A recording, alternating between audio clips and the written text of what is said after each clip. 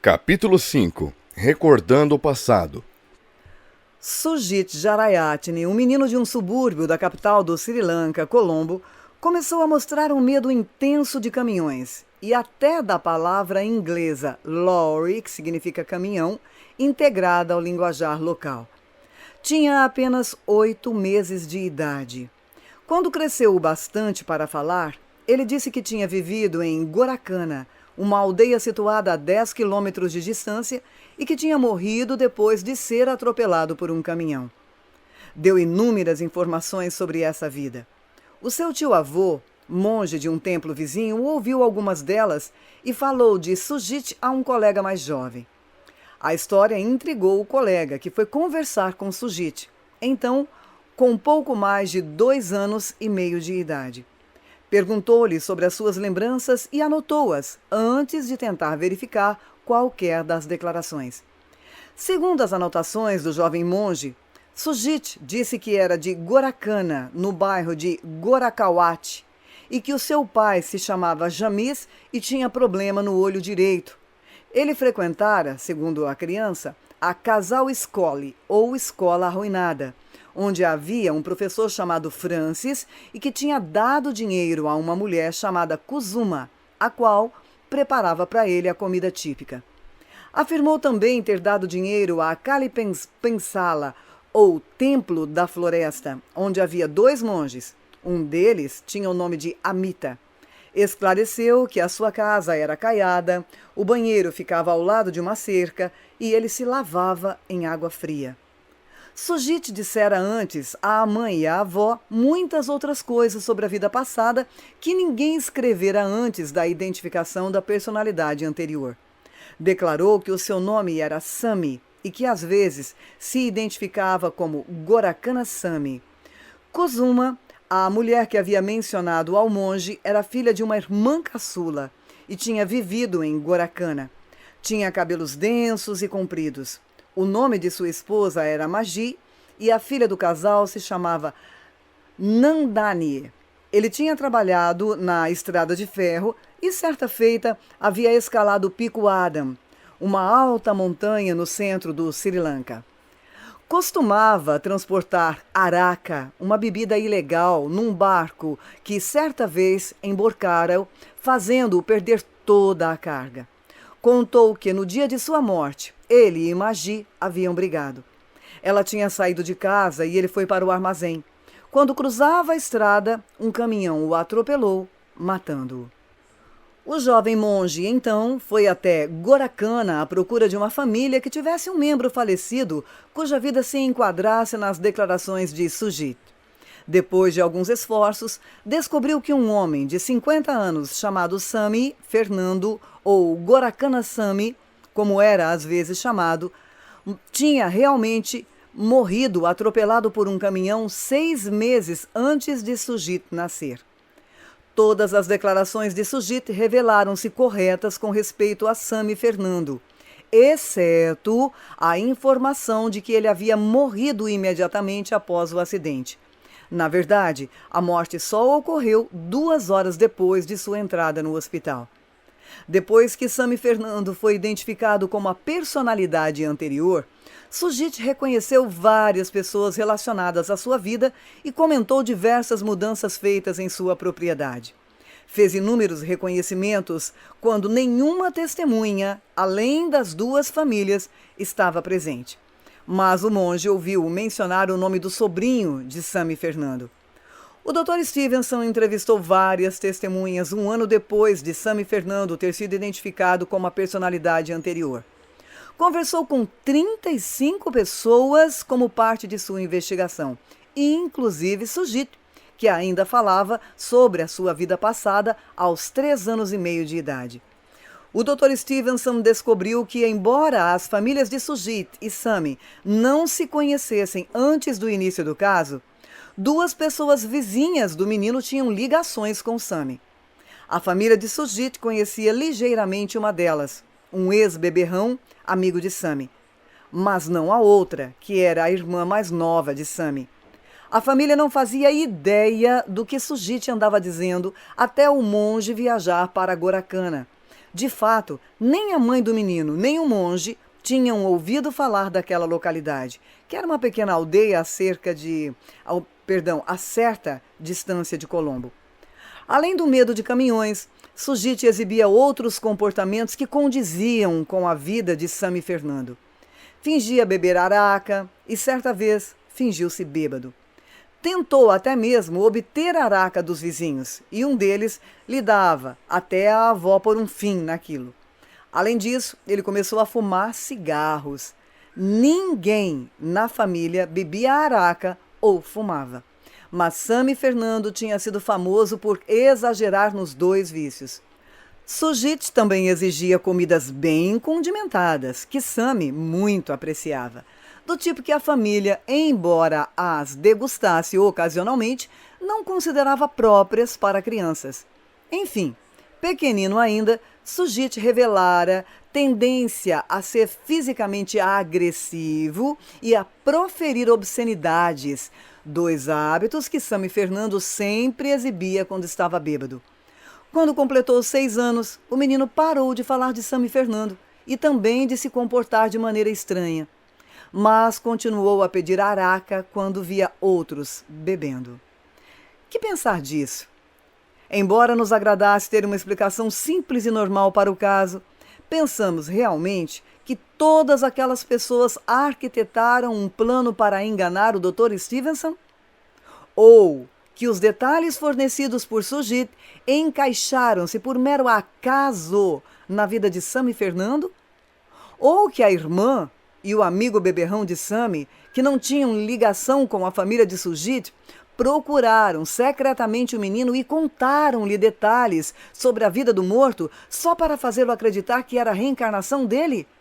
Mesmo ele sendo ainda tão menino, tão criança? Devemos também ter em mente que o caso de Sujit é apenas um entre muitos, dos quais examinaremos brevemente alguns. Aspectos das declarações sobre a vida passada. O caso de Sujit apresenta muitos dos aspectos típicos de episódios semelhantes. Uma criança pequena que insiste que tem lembranças de uma vida passada e fornece detalhes suficientes para identificar uma pessoa morta cuja vida se enquadra em suas declarações. Examinemos mais de perto os aspectos das declarações. Idade em que se fala de uma vida passada. Sujit começou a referir-se a uma vida pregressa quando tinha 2 anos e meio. A idade média é de 35 meses. Em alguns casos, parte da comunicação é não verbal. A criança faz gestos relacionados à vida passada antes de desenvolver as habilidades linguísticas necessárias para transmitir a informação. Cunhunverma, cujo caso descreverei em breve, não conhecia a palavra ferreiro. Ela então disse que seu filho, na vida passada, trabalhava com um martelo e fez gestos de malhar, imitando também o funcionamento dos foles. O fato de a comunicação ocorrer em tenra idade parece bastante lógico, de vez que lembranças da vida pregressa, se existem, devem estar presentes desde o início. Apesar de tudo isso, há exceções. Quando crianças mais velhas relatam lembranças de uma vida passada, frequentemente já viram coisas que lhes parecem evocar fatos de outrora. O Dr. James Martlock analisou 95 casos e descobriu que, quanto mais velho é o sujeito na ocasião das primeiras declarações, mais probabilidade há de que algo no próprio ambiente tenha estimulado as lembranças. O caso de Sujit é também típico no sentido de que ele parou de falar sobre a vida pregressa quando estava com 6 anos de idade. A maioria das crianças faz isso com 6 ou 7. E elas não só param de falar, como negam que tenham falado. Por que as coisas acontecem dessa maneira? Uma das possibilidades é que, como nessa época as crianças começam a frequentar a escola, envolvem-se mais na vida presente e põem de lado as outras recordações. Pode ser isso. Mais importante, talvez, é a idade em que todas as crianças esquecem a maior parte do que lhes aconteceu na primeira infância. Um pequerrucho pode conhecer um amigo da família, mas se esse amigo vai embora, em geral não guarda nenhuma lembrança dele quando chega aos 6 ou 7 anos. Chama-se a isso amnésia da primeira infância. E, embora os seus motivos possam ser discutíveis, o fenômeno ocorre inquestionavelmente. É, pois, lógico, esperar que as crianças com aparentes recordações de uma vida passada as esqueçam quando atingem a citada idade. De outro modo, teríamos de perguntar como elas conservariam lembranças mais antigas que as esquecidas. Crianças não são iguais e alguns sujeitos garantem ter ainda recordações da vida pregressa mesmo na idade adulta, tal como outras dizem lembrar-se de fatos ocorridos na primeira infância. Não obstante, a vasta maioria dos sujeitos parece esquecer tudo sobre a vida passada depois de poucos anos. Em 300 casos coligidos nas mais variadas culturas, a idade média na qual os sujeitos pararam de falar a respeito da vida pregressa foi de 72 meses, ou 6 anos.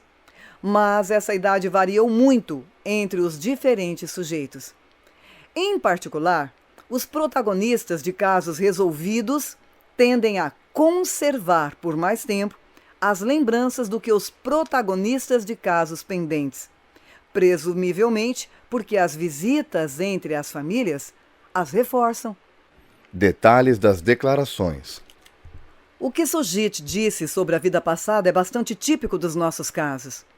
Como descreveu a vida de alguém que já morreu adulto, Sujit falou mais a respeito de pessoas e lugares que a personalidade anterior havia conhecido na maturidade. Os sujeitos, às vezes, discorrem sobre pormenores mais antigos.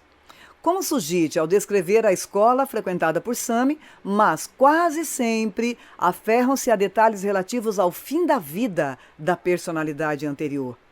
Isso inclui, é claro, tratar-se da morte da personalidade anterior. Sujit descreveu com detalhes os acontecimentos do dia em que ocorreu o acidente fatal e o modo como a personalidade anterior faleceu, como o fazem 75% dos sujeitos. Esse padrão é consistente com a ideia da lembrança a transitar de uma vida para a seguinte. Assim como, nesta vida, as nossas lembranças são mais nítidas para os acontecimentos recentes do que para os antigos, aquelas crianças concentram-se em detalhes do final da existência passada, como se conservassem simplesmente as lembranças da época em que a personalidade anterior morreu.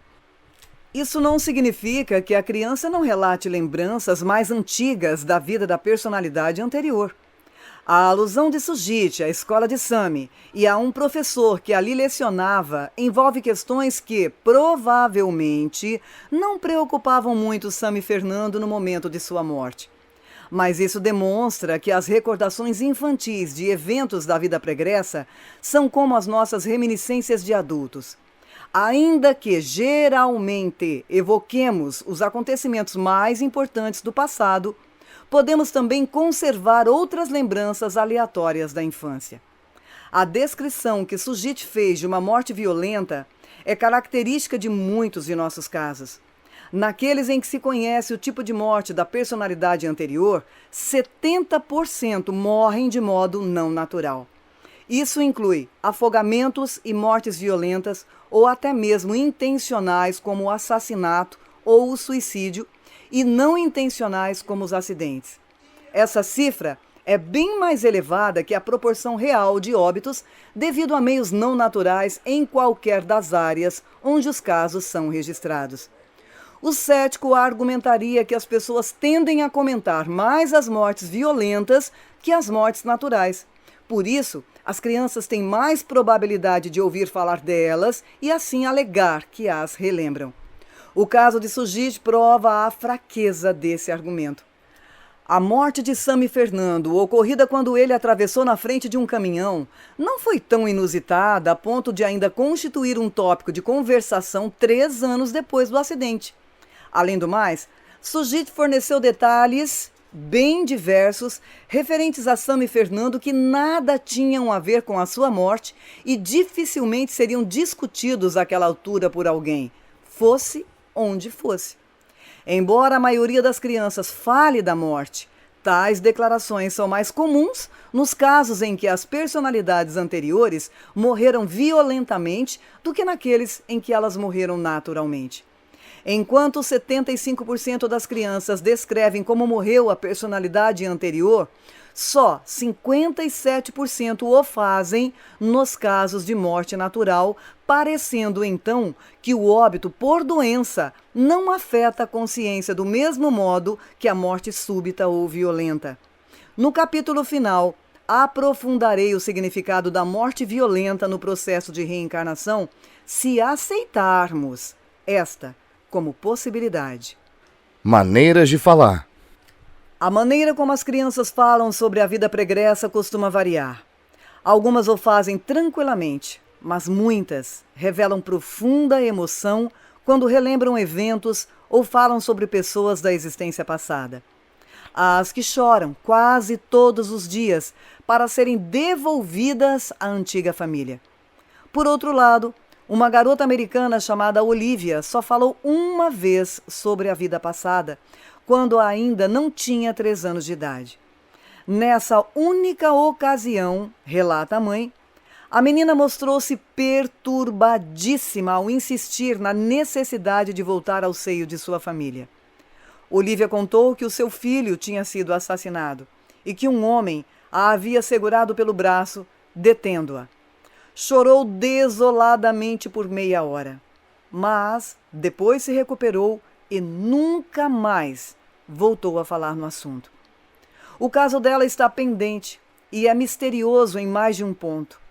Embora não haja evidência de vínculos com uma vida passada específica, parece estranho que uma criança se emocione tanto num jogo de faz de conta, entre aspas, ou por ter ouvido alguma coisa no rádio ou na televisão. As crianças não expressam o seu aparente conhecimento da vida pregressa como uma lista de fatos objetivos, mas como especificidades do ponto de vista da pessoa falecida.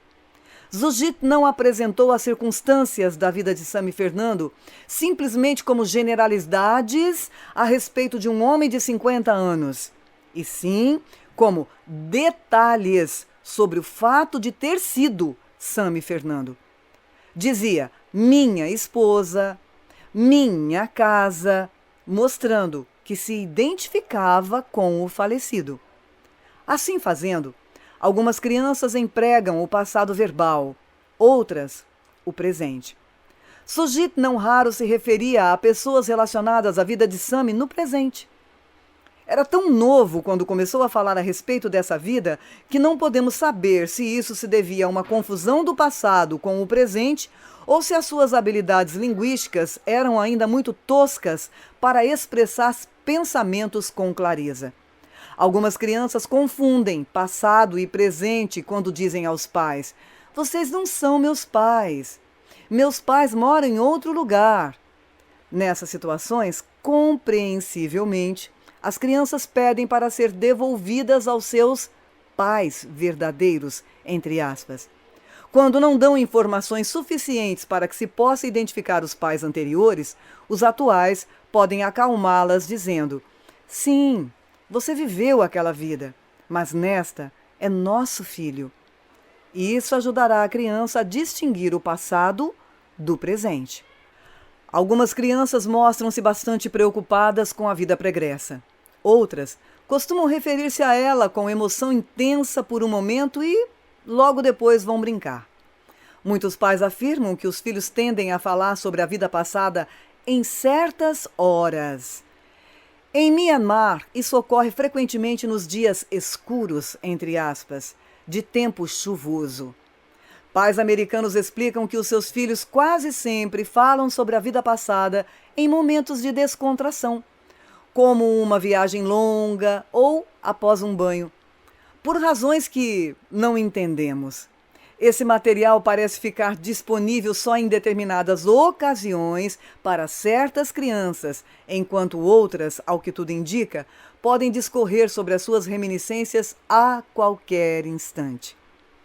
Um elemento que não integra o caso de Sujit, nem a maioria dos outros, são as palavras iluminadas de sabedoria. Algumas crianças que alegam recordar acontecimentos entre vidas, às vezes fazem declarações filosóficas. Quando Kenny, o garoto que mencionei no capítulo 1, tinha 9 anos, soube que um amiguinho havia falecido. Então ele disse à mãe, abre aspas, sei que não foi bom o Greg morrer, mas também não foi mal. Só espero que a mãe dele compreenda que apenas o corpo de Greg partiu. Além disso, Deus espera por todos no céu, mais cedo ou mais tarde. Fecha aspas. Mesmo nesse caso, não está claro se ele falou assim em virtude das recordações ou baseado em uma religião qualquer. Em geral, tais crianças costumam enfatizar pessoas e eventos do final da vida pregressa, e as suas opiniões sobre eles não diferem em nada das que, presumivelmente, a personalidade anterior cultivava. Alguns pais afirmam que os filhos parecem mais maduros ou sérios do que outras crianças da mesma idade. Todavia, de um modo geral, as crianças não se distinguem umas das outras. Se postularmos que a iluminação vem com as lembranças, teremos de concluir que as crianças deixarão de ser iluminadas quando essas lembranças desaparecerem. Quando algumas mostram tendência a ser extremamente religiosas ou devotas, as personalidades anteriores foram também devotas. Mas isso não é um padrão geral para todas as crianças, não. Registros escritos. Um dos pontos no qual o caso de Sujit difere da maioria dos outros é que um registro escrito de suas declarações foi feito antes da identificação de sua personalidade anterior. Os casos registrados por escrito constituem uma pequena porcentagem, o que, porém, não chega a surpreender. Nos que envolvem a mesma família, fazer um registro antes da identificação da personalidade anterior nem sempre é possível. Muitos dos outros ocorrem em áreas nas quais as pessoas não costumam escrever com frequência. Esses são geralmente aqueles casos em que a família procura convencer-se de que a criança é o renascimento de uma personalidade anterior específica e não está interessada em provar nada a ninguém. Podem lembrar-se do que o filho disse e até discuti-lo com outras pessoas, mas quase nunca registram essas declarações. O número de casos com registros de nossa pesquisa, 33 até agora, parece insignificante em comparação com o total. No entanto, coletar 33 casos nos quais registros escritos documentam declarações precisas que uma criança fez de sua vida pregressa é digno de nota, independentemente de quantos outros não foram lançados por escrito. Examinaremos mais alguns. O caso de Kunkun Verna. Kunkun Verma, uma menina indiana, começou a falar sobre a vida pregressa aos 3 anos e meio. Afirmou ter morado em Darbhanga, cidade de 200 mil habitantes que ficava a uns 35 quilômetros de sua aldeia, no bairro de Urdu Bazar. O pai de Kunkun, homem culto, fazendeiro, médico homeopata e escritor, não conhecia ninguém em Urdu Bazar, distrito comercial onde residiam artesãos, operários e donos de pequenos negócios. Kunkun pediu à família que a chamasse de Sunari, que significa bela, e forneceu diversas informações sobre a sua vida passada. Uma tia anotou algumas dessas declarações 6 meses antes que alguém tentasse identificar a personalidade anterior.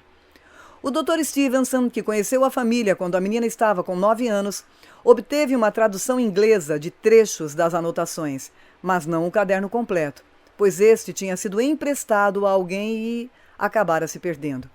Os trechos registravam 18 declarações que se revelaram corretas relativamente à personalidade anterior, inclusive o nome de Urdu Bazar, o nome de seu filho, o fato de ter trabalhado com um martelo, o nome de seu neto, o nome da cidade onde o pai tinha vivido, a localização de sua casa perto de um mangueiral e a existência de uma lagoa nas imediações. Ela tinha afirmado com exatidão que possuía em casa um cofre de ferro, uma espada pendurada perto de sua cama e uma cobra perto do cofre, a quem alimentava com leite. O pai de Kunkun, por fim, conversou sobre as declarações da filha com um amigo em Darbhanga. Esse amigo tinha um empregado residente em Urdu Bazar que conseguiu identificar a personalidade anterior, Sunari ou Sundari Mistry, a quem a menina parecia ter descrito. Os parentes da personalidade anterior pertenciam a uma classe de artesãos relativamente modesta e dificilmente teriam contato com uma família de alto nível social e cultural como era a do Dr. Verma. De fato, poucos se encontraram mesmo depois do surgimento do caso. O neto da personalidade anterior visitou a família de Kunkun 2 vezes. O Dr. Verma foi a Urdu Bazar uma vez para conhecer os parentes da personalidade anterior, mas não permitiu que Kunkun o acompanhasse. Aparentemente não estava nada orgulhoso pelo fato de a filha alegar ter sido mulher de um ferreiro na vida pregressa. Um dado interessante é que Kunkun afirmou ter morrido durante uma discussão envenenada pela esposa do filho adotivo. Sundari, que havia falecido repentinamente 5 anos antes do nascimento de Kunkun, preparava-se para servir de testemunha ao filho no processo que ele movia contra o segundo marido dela, pois o filho achava que o padrasto havia se apropriado indevidamente do dinheiro do seu falecido pai. Nessa ocasião, Sundari morreu.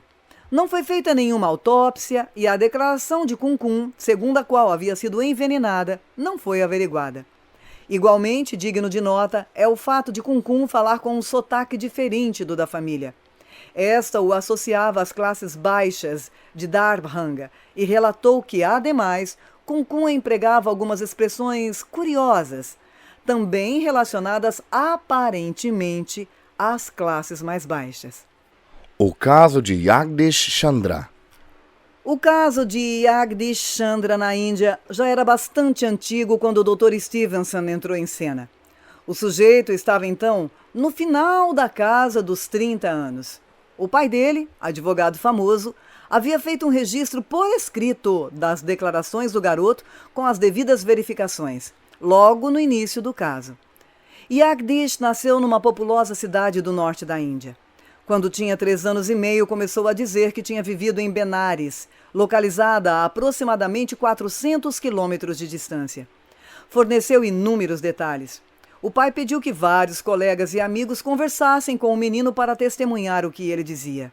Depois, escreveu ao presidente da Câmara Municipal de Benares, que respondeu afirmando ter descoberto a quem Jagdish se referia logo ao terminar de ler a carta. Não bastasse isso, ele tinha feito algumas averiguações e havia concluído que as declarações do menino eram, em sua maioria, precisas.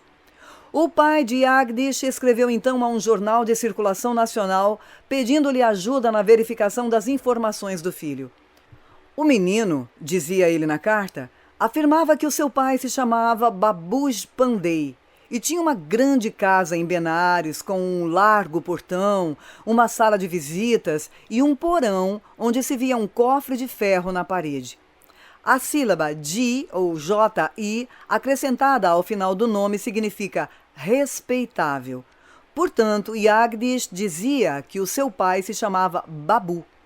O pai informou também que Jagdish descrevia um pátio no qual Babuji se sentava à noite, cercado de gente para saborear bhang, uma bebida indiana. Disse ainda que Babuji recebia mensagens e passava pó ou argila no rosto antes de lavá-lo. Descreveu 2 carros, então pouco comuns na Índia, e uma carruagem, e que os 2 filhos e a esposa de Babuji haviam morrido. O pai acrescentou que Jagdish citou inúmeros assuntos privados e familiares. Um dia depois que a carta foi publicada, o pai de Jagdish compareceu diante de um magistrado a fim de registrar oficialmente as declarações do filho antes de viajarem para Benares, onde a personalidade anterior tinha vivido. As declarações registradas além das que constavam do jornal, incluíam as seguintes. O seu nome tinha sido Jai Gopal e o seu irmão mais velho que ele atendia por Jai Mangal e havia sido envenenado. O rio Ganges ficava próximo da casa e ali se localizava o Dash Ashwamedh Ghat. São moles onde as pessoas se banham. Babu Pandey era supervisor de um deles.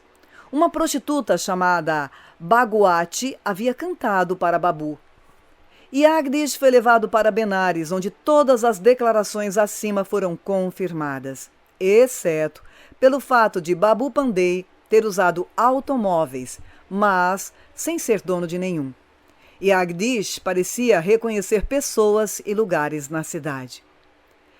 Na busca de uma explicação para semelhantes casos, o fato de as declarações da criança serem registradas antes de alguém tentar verificá-las significa que podemos eliminar uma possibilidade: a de que as famílias, por equívoco, atribuíram posteriormente à criança mais conhecimento sobre a personalidade anterior do que ela de fato possuía antes do encontro dessas famílias.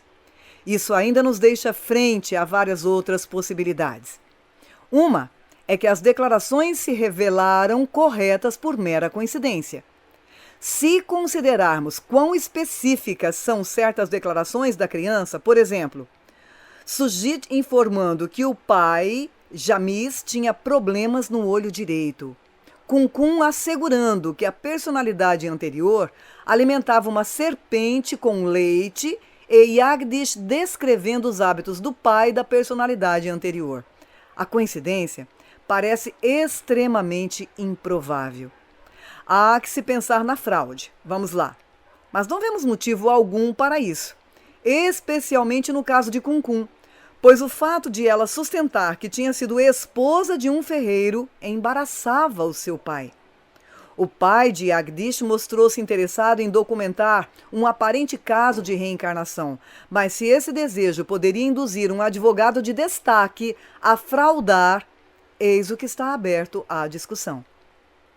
A outra explicação normal restante seria que as crianças tomaram conhecimento das vidas pregressas por meios corriqueiros, ouvindo falar das personalidades anteriores.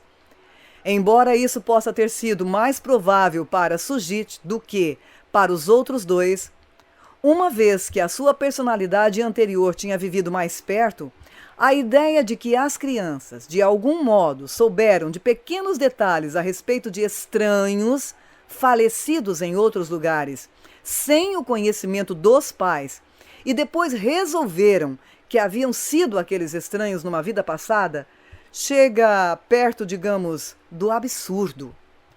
Quando removemos a possibilidade de ser, ou melhor, de ter atribuído às crianças mais conhecimento sobre a personalidade anterior do que elas de fato demonstraram, como podemos fazer nos casos em que as declarações foram registradas antes de sua verificação? Restam-nos poucas opções viáveis, afora um processo paranormal. Se, depois, descobrimos a existência de muitos outros casos similares a esses em todos os pontos, exceto pelo fato de não ter sido feito o registro antes da verificação das declarações, fica a pergunta: podemos, razoavelmente, descartar os primeiros como situações nas quais as famílias, por engano, atribuíram aos filhos mais informações do que eles na realidade forneceram? O caso de Ratana Wongsombhat. Ratana Wongsombhat nasceu em Bangkok em 1964. O seu pai adotivo ia meditar uma vez por semana na Wat Mahatha, um grande templo com mais de 300 monges do outro lado da cidade. Ratana começou a pedir para ir também. Quando tinha 14 meses de idade, o pai a levou pela primeira vez. Estando ambos lá, ela pareceu mostrar conhecimento do local. De volta à casa, o pai perguntou-lhe onde ela havia estado antes desta vida. Ratana pôs-se a falar então sobre uma vida pregressa e contou a seguinte história. Ela tinha sido uma chinesa chamada Qinlan e alojara-se no templo onde vivia num tugúrio verde com uma monja de nome Mai Chan. Expulsa dali, foi para um bairro de Bangkok chamado Banglampo. Tinha apenas uma filha, residente na cidade natal de Kim Lan, cujo nome forneceu. Kim Lan tinha voltado para lá ao final da vida e lá havia morrido, depois de submeter-se a uma cirurgia. Ratana revelou desgosto pelo fato de, após morrer como Kim Lan, as suas cinzas terem sido dispersas em vez de sepultadas.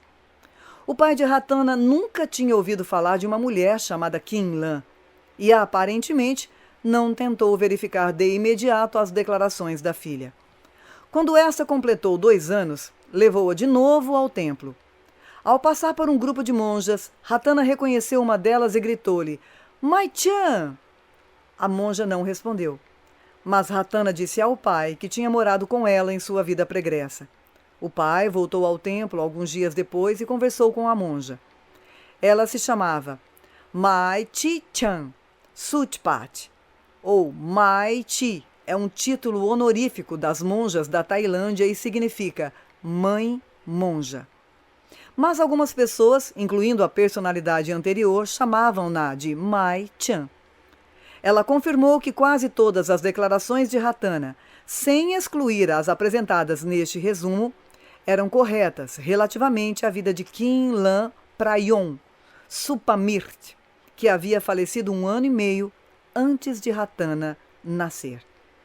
A filha de Kim Lan também confirmou as declarações da menina, inclusive o destino que havia sido dado aos seus restos mortais. Kim Lan desejava que as suas cinzas fossem sepultadas sob a árvore Bo do recinto do templo, mas quando a filha tentou satisfazer-lhe a vontade, as raízes da árvore eram tão emaranhadas que ela acabou espalhando as cinzas, em vez de sepultá-las.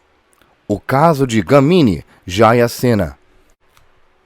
Gamini Jayasena nasceu em Colombo, Sri Lanka, em 1962, e começou a falar sobre a sua vida passada antes de completar 2 anos. Com o passar do tempo, foi dando detalhes que incluíam os seguintes: tivera outra mãe, mais alta que a atual, alguém chamado Nimal o havia mordido, tinha uma mochila escolar que ainda descansava sobre uma cadeira e um elefante de brinquedo que costumava banhar numa lagoa. Certa vez, havia caído num poço. Alguém chamado tio Charlie era dono de um carro no qual costumava levá-lo à escola. A família do tio Charlie tinha também uma motocicleta vermelha. Como Gamini não deu nome a nenhum lugar nem mencionou sobrenomes, o caso talvez permanecesse insolúvel se a sua família não empreendesse uma viagem de ônibus quando ele estava com 2 anos e meio de idade. Quando o veículo fez uma breve parada num lugar chamado Nitabue, Gamini disse à pessoa que estava ao seu lado, um amigo da família, que aquele tinha sido seu lar. A pessoa transmitiu a informação aos pais de Gamini, que, por sua vez, a comunicou ao primo da mãe, um monge muito conhecido. O monge resolveu investigar o caso e levou a família de volta a Nitambui. Saltaram do carro no local onde Gamini havia feito seu comentário e encaminharam-se para as 4 casas alinhadas rua abaixo. Gamini afirmou que a sua mãe tinha morado ali, mas o monge resolveu não ir em frente. Ao que parece, temia que aquele não fosse o lugar certo e receava penetrar num lar cristão. A família achava que Gamini provavelmente evocava a vida de um cristão porque se ajoelhava para orar, com o tronco ereto e não com as nádegas pousadas nos calcanhares, à maneira típica dos budistas, e porque certa vez pediu à mãe para dependurar na parede um crucifixo de madeira que tinha achado. A família voltou para Colombo, mas alguns habitantes de Nitambui haviam reconhecido o monge durante as visitas e falaram disso aos moradores do local indicado por Gamini. Essa família, que era de fato cristã, tinha perdido um filho 2 anos antes do nascimento de Gamini. O menino, chamado Palita, tinha falecido de uma curta doença. Pouco antes de ficar doente, ele havia voltado da escola de férias e deixado a mochila numa cadeira, em vez de colocá-la sobre o guarda-louças, como ele sempre fazia, enquanto declarava que não pretendia voltar mais à escola novamente. Ele tinha um irmão mais novo, chamado Nimal, que certa vez o havia mordido. Os pais de Palita visitaram o monge. Deram-lhe uma fotografia de Palita, que mais tarde Gamini pareceu reconhecer. Depois disso, a família de Gamini viajou de novo para Nitambui para se encontrar com os pais de Palita. Desafiaram-no a identificar algumas pessoas e alguns lugares. Levado à escola de Palita e à pensão onde este residia enquanto frequentava a escola, ele fez outros reconhecimentos e declarações a respeito da vida do menino falecido. Todas as declarações de Gamini aqui listadas revelaram-se corretas no que se refere a Palita, exceto pelo fato de seu tio Charles Seneuiratne, que de fato tinha um carro, não o levar à escola. Não se encontrou conexão alguma entre a família de Gamini em Colombo e a família de Palita em Nitabui, localizada a cerca de 30 quilômetros de distância. Nos dois casos, não se fez registro escrito das declarações das crianças antes da identificação da personalidade anterior. Entretanto, se concluirmos que as famílias atribuíram a elas mais conhecimento do que inicialmente possuíam, por exemplo, não citaram, na verdade, os nomes próprios que disseram haver citado, então teremos de explicar por que esses casos seriam diferentes daqueles nos quais registros escritos documentam que as crianças fizeram mesmo declarações bastante específicas. Esses casos mostram que algumas crianças podem fazer declarações específicas sobre vidas passadas que mais tarde se descobrem corretas relativamente a uma certa pessoa morta e, como os casos são muito parecidos sob todos os outros aspectos, os que contam com registros escritos devem forçar-nos a questionar a explicação de informação falsamente atribuída para muitos dos outros casos. O que é um caso de peso? Examinando os casos que não contam com registros escritos, vemos que alguns têm mais peso que outros. Por exemplo, aqueles nos quais as crianças repetem constantemente as suas alegações são mais ponderáveis do que aqueles nos quais isso não acontece, porque os pais têm melhores chances de recordar em minúcia o que os filhos disseram, mesmo não tendo feito anotações. Outra característica que reforça um caso é a presença de um intermediário entre as famílias. O caso de Purnima, no capítulo 4, é um bom exemplo disso. O pai dela falou a um professor sobre as suas declarações de ter sido um fabricante de incenso. E o professor, em companhia do cunhado, localizou a família da personalidade anterior. Numa situação assim, os intermediários atuam como testemunhas adicionais das declarações da criança e, mais importante ainda, são terceiros desinteressados. Embora o professor e o seu cunhado se sentissem curiosos para saber se as palavras de Purnima combinavam com a vida de alguém em Kelaniya, eles não investiam emocionalmente na confirmação das declarações, como faria um pai, por exemplo. Outro aspecto que dá peso a um caso é a existência de múltiplas testemunhas. Quando se dispõe de registros escritos para saber o que a criança disse exatamente, ter 10 testemunhas que se lembram das palavras proferidas por essa criança é, sem dúvida, melhor do que ter apenas uma. Nós sempre procuramos entrevistar o máximo de informantes possível. Não significa isso que as lembranças de várias pessoas não possam se fundir para formar uma história inexata. Mas aqui, as chances de uma memória falha diminuem na razão direta do número de testemunhas disponíveis. Ocasionalmente, declarações incorretas da criança podem até mesmo fortalecer o caso. Nessa circunstância, a versão da criança difere da versão oficial, mostrando que as declarações dela não se basearam nos fatos. Um exemplo é o caso do garoto chamado Ekapong, que o Dr. Keio e eu investigamos na Tailândia. A personalidade anterior era um jovem da aldeia morto acidentalmente quando caçava com 3 amigos. Um deles havia deixado cair o rifle que disparou e atingiu o rapaz. Todas as pessoas da aldeia identificavam o amigo Aet como o responsável pelo acidente.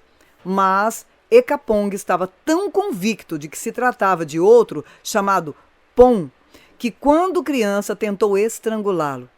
Ele não poderia ter obtido esse conhecimento dos habitantes da aldeia, pois todos achavam que quem havia deixado cair o rifle tinha sido Aet. Também não faz sentido pensar que os habitantes mentiram para nós, dizendo que Ekapong tinha acusado Pon injustamente. Um caso como este, em que o sujeito e a personalidade anterior eram da mesma aldeia, não impressiona tanto como aqueles em que as crianças relatam lembranças de vida de pessoas completamente desconhecidas de suas famílias. Temos notícia de numerosos casos de ambos os tipos. Dos 971 casos provenientes de várias culturas, 195 envolviam a mesma família. Em 60 outros, as duas famílias mantinham sólidos vínculos antes da eclosão dos fenômenos. Em 115, os vínculos eram frouxos. Em 93, a família do sujeito tinha ouvido falar da personalidade anterior, mas não tinha nenhuma conexão com ela. Dos 971 casos, 508 envolviam estranhos. Desses, 239 foram solucionados. 232 permanecem em suspenso e nos restantes tentou-se uma identificação. Há, pois, um vasto leque de conexões nos casos. Exame das explicações. Muitos desses casos lembram de perto os de Índica e Purnima, tratados no último capítulo, exceto pelas marcas de nascença. Em alguns casos, quando as declarações da criança não são suficientemente específicas, a fantasia, junto com a coincidência, pode ser usada para explicar alguns deles. Mas, se a criança fornece detalhes precisos, por exemplo, Ratana Wongsambat, citado no nome da personalidade anterior, os lugares onde viveu e até o fato de as cinzas da personalidade anterior terem sido espalhadas e não sepultadas, penso que devemos remover a coincidência como explicação razoável. Uma possibilidade é que as crianças obtiveram informações sobre a vida pregressa por meios normais. Isso talvez se aplique aos casos que envolvem a mesma família e aqueles nos quais tanto a criança quanto a personalidade anterior são do mesmo lugar. Mas torna-se menos crível quando aparecem estranhos que moram muito afastados. A personalidade anterior, no caso de Ratana, morou durante certo tempo no santuário frequentado pelo pai da menina. Mas, como se tratava de um templo imenso do outro lado de Bangkok, é difícil perceber como Ratana poderia ter ouvido falar nela. Muitos casos não apresentam sequer uma conexão ligeira. Por isso, não podemos sensatamente presumir que as crianças, de alguma forma, souberam de inúmeros detalhes pessoais a respeito da personalidade anterior, ouvindo falar dela assim, de passagem. No caso de Sujit Jairatne, a personalidade anterior viveu numa aldeia distante apenas 10 quilômetros da residência da criança. Portanto, podemos pensar que ele já tinha ouvido falar a seu respeito. Quando consideramos, porém, que a aldeia da personalidade anterior era um ambiente bem diverso do subúrbio de Colombo, onde Sujit morava, e que ninguém na família de Sujit tinha a menor notícia dessa personalidade, muito menos o pai com um problema no olho, o conhecimento adquirido por meios normais também não parece uma boa explicação. Se a isso acrescentarmos casos como o de Kunkun Verma, cuja personalidade anterior havia morado a 30 quilômetros de distância, e o de Kemal Atasoy, o menino turco da introdução, cuja personalidade anterior tinha vivido afastada uns 700 quilômetros, o conhecimento adquirido torna-se realmente impensável. Aqui, pois, o problema se resume em saber por que, por exemplo, ouvir falar de alguém no mercado levaria crianças a identificar-se com uma pessoa falecida que teve uma vida absolutamente comum. No todo, essa explicação faz pouquíssimo sentido nos casos em que as famílias não conheciam as personalidades anteriores e que não há motivo para pensar que as crianças nem sequer tinham ouvido falar dela. Isso nos reconduz à hipótese da memória falha dos informantes. Se aspirarmos a uma explicação normal para semelhantes casos, terá de ser esta. Podemos concluir, digamos, que Ratana, na verdade, não declarou terem as cinzas da personalidade anterior sido espalhadas em vez de sepultadas, mas que o seu pai pensou mais tarde que ela o havia declarado. Há, sem dúvida, problemas com essa explicação. As crianças insistiram repetidamente em suas declarações e inúmeras testemunhas corroboraram-lhe as palavras. Mas a falta de documentação comprobatória só nos resta responsabilizar a imperfeição da memória humana. Mas essa explicação vai por água abaixo quando consideramos casos em que um registro escrito das declarações da criança foi feito antes da identificação da personalidade anterior. Aqui não podemos censurar a falha de memória. E como vimos, as outras alternativas de explicação são bem limitadas. Quando Sujit disse que o pai da personalidade anterior se chamava Jamis e tinha problemas no olho direito, nem de longe podemos imaginar que essas informações foram pura coincidência.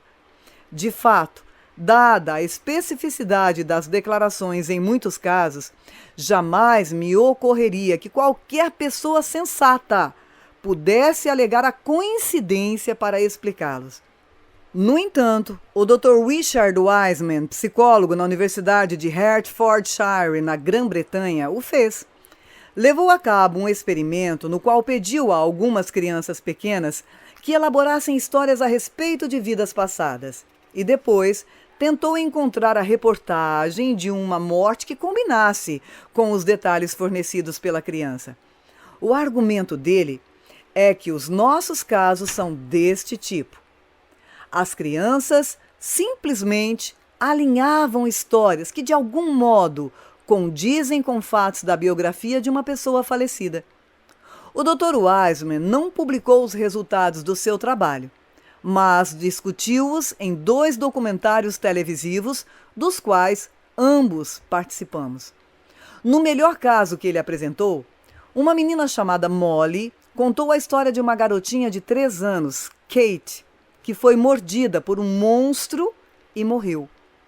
O doutor vasculhou então os arquivos de jornais e deu com o relato do sequestro e morte de uma menina de 3 anos, Rosie. A história de Molly apresentava alguns pontos que eram verdadeiros para Rosie, inclusive cabelos ruivos, olhos azuis e um vestido rosa florido. Molly não forneceu uma localização específica, mas disse que Kate tinha vivido perto do mar, como de fato era o caso de Rosie. Esse episódio difere, obviamente, dos nossos em muitos pontos críticos, além do fato de a história de Molly apresentar o elemento fantástico do monstro.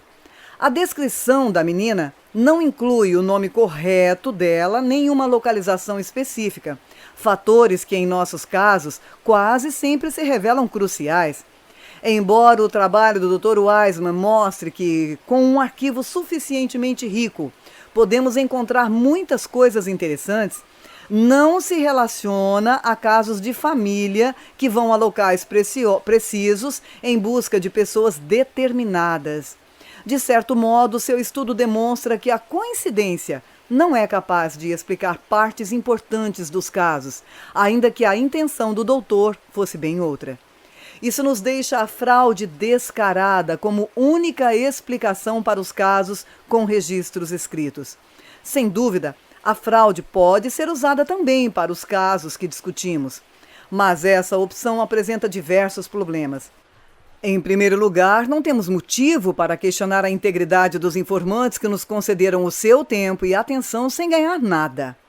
E estou certo de que conversar com essas famílias sobre as suas experiências convenceria qualquer pessoa imparcial de sua correção e honestidade. Em segundo lugar, na maioria dos casos, as famílias envolvidas não tinham motivo algum para perpetrar uma fraude, porque iria a mãe de Sujit convencê-lo a fingir ter sido um contrabandista de bebidas. No caso de Cuncum Verma, o pai não estava nada orgulhoso por saber que ela havia pertencido a uma casa inferior e nem sequer permitiu que a filha visitasse a antiga família. Portanto, não temos razão alguma para supor que ele a coagiu a dar aquelas declarações. Kemal Atazoi pertencia a uma família próspera e os seus pais não tinham por que encorajá-lo a se fazer passar por um homem morto há 50 anos. Em terceiro lugar, falando ainda do problema da motivação, engendrar uma fraude não seria viável na maioria dos casos. A estrela do espetáculo é geralmente uma criança bem pequena, ou seja, de modo algum, o tipo mais confiável de pessoa a empregar quando se pretende enganar alguém. Além disso, em muitos dos casos, diversas testemunhas asseguram ter ouvido a criança discorrer sobre a vida pregressa durante certo tempo. Estariam então todas elas envolvidas na fraude? Afirma-se repetidamente que as crianças também identificaram pessoas ou objetos relacionados à personalidade anterior. Como os pais conseguiram ajudá-las a realizar essas proezas? Em suma, a ideia de que um bom número desses casos origina-se de fraude realmente é absurda. E, não fosse pela falta de explicações alternativas, mal levaríamos em conta semelhante possibilidade. De certo modo, quando as pessoas fazem uma acusação de fraude sem apresentar provas, estão, no fundo, admitindo que não conseguem explicar o fenômeno. Etiquetar esses casos como fraudulentos significa que não dispomos de uma explicação normal pertinente para eles. Temos, pois, de recorrer à hipótese de fraude se não quisermos considerar as explicações paranormais. Relativamente às explicações paranormais, a PS, ou percepção extrasensorial, sem dúvida, merece ser examinada. Uma vez que as crianças parecem ter sobre a vida pregressa um conhecimento que nunca lhes chegaria pelas vias normais. Conforme discuti no capítulo 3, essa explicação é por muitos modos problemática. Pessoas que parecem capazes de percepção extrasensorial quase sempre exibem habilidades em circunstâncias várias, exceto nos casos em que dois parentes próximos, às vezes, mantêm uma conexão telepática entre si. Bem diferente é a situação na qual crianças, aparentemente destituídas de qualquer outra capacidade paranormal, conseguem fornecer detalhes precisos sobre a vida de uma pessoa morta. A explicação da PS estaria também em franca contradição com a postura subjetiva das crianças que pensam estar evocando reminiscências do ponto de vista da pessoa falecida, cuja vida foi outrora a sua. A possessão também pode explicar as declarações, mas diversos fatores se mostram contrários a isso. Embora se diga que as crianças frequentemente partilham alguns traços da personalidade anterior, ninguém afirma que elas se tornam de súbito essas pessoas. Além do mais, as declarações são muitas vezes intermitentes. Em muitos casos, as lembranças não parecem ser acessíveis às crianças o tempo todo, como o seriam caso a personalidade anterior tivesse se apossado do seu corpo. Isso aponta para uma possessão temporária, exceto pelo fato de as crianças não perderem as lembranças ou a personalidade da vida atual, quando passam a evocar fatos desta vida anterior. Por último, as declarações começam a ser feitas quase sempre em tenra idade. Se os nossos forem casos de possessão, devemos esperar que ocorram em diversas idades, e não apenas quando as crianças aprendem a falar. A reencarnação, sem dúvida, explica as declarações, porquanto as crianças afirmam lembrar-se de vidas passadas. Mas, se a explicação for essa, vários fatores concernentes às declarações são estranhos. Um deles, de novo, é que as lembranças não parecem acessíveis o tempo todo a muitas crianças. Se uma criança renasceu e consegue evocar reminiscências da vida pregressa, então deveria poder evocá-las a qualquer momento. No entanto, apesar de muitas crianças não terem acesso às recordações o tempo todo, os outros aspectos dos casos mostram que as lembranças não são apenas conhecimento intermitente de material paranormal, como sucederia se acatássemos a hipótese da PES. Essas recordações, entre aspas, são bastante significativas para a maioria das crianças, e elas certamente as tomam por suas, como acontecimentos antigos que elas vivenciaram mesmo. As declarações parecem muitas vezes compor uma descrição incompleta da vida passada. Algumas crianças, é claro, relatam incontáveis detalhes da existência pregressa, mas outras só relatam uns poucos. E isso talvez pareça estranho no que diz respeito à reencarnação, até o compararmos a lembranças antigas das nossas próprias vidas. Lembranças antigas são bastante difusas e, não raro, detalhes insignificantes assumem proporções de grandes acontecimentos. Assim como Kunkun Verma lembrava-se de que o seu pai na vida passada morava perto de um mangueiral, pode acudir-nos de súbito um aspecto característico de um lugar ou mesmo de uma pessoa que conhecemos. As crianças falam de pessoas e acontecimentos relacionados ao final da vida passada, porque essas lembranças estão menos distantes do que as outras. As declarações das crianças constituem o núcleo dos casos. Como vimos, parecem possuir um conhecimento sobre pessoas falecidas que, no dizer de seus pais, nunca lhes chegaria por vias corriqueiras. Embora esse conhecimento proporcione as evidências de maior peso, os outros aspectos por nós estudados são importantes por mostrar que o fenômeno vai muito além das declarações. Comportamentos como a fobia de Sujit por caminhões que surgiu na infância, bem como seu desejo por álcool, por tabaco, exigem claramente uma explicação. Examinaremos melhor esses comportamentos no próximo capítulo.